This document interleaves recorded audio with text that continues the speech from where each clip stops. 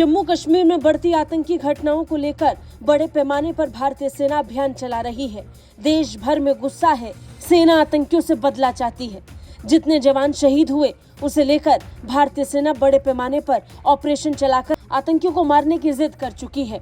अब इन सब के बीच में अमेरिका ने भारत में बढ़ते आतंकवाद को लेकर जो किया और कहा वो आपको हैरान कर देगा।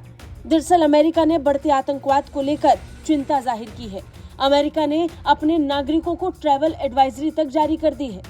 भारत यात्रा करने वालों को लेकर अमेरिका ने ट्रैवल एडवाइजरी जारी करते हुए स्पष्ट कह दिया कि भारत के जम्मू कश्मीर और मणिपुर जैसे इलाकों में ना जाएं।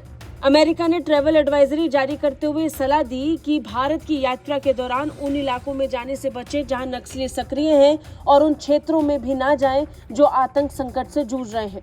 एडवाइजरी में कहा गया कि भारत में जोखिम बढ़ चुका है।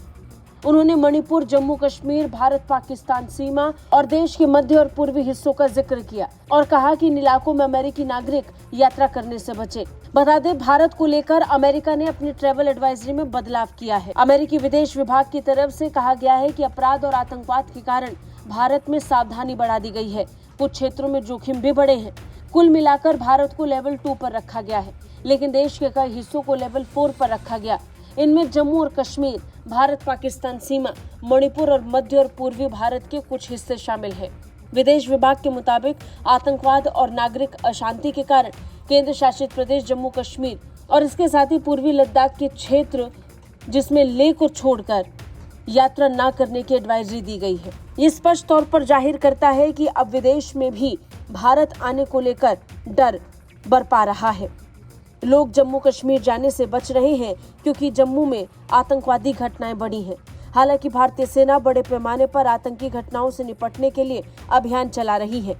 इस समय अकेले जम्मू में अतिरिक्त 3000 सैनिकों की तैनाती कर दी गई है, यानी पहले से मौजूद सैनिकों में और 3000 सैनिक जोड़ दिए गए हैं। इसके साथ ही आतंकियों से निपटने के लिए वहां पर इस समय 500 पैरा कमांडोज भी मौजूद हैं, जो आतंक को खत्म करने के लिए बड़े पैमाने पर ऑपरेशन चला रहे हैं।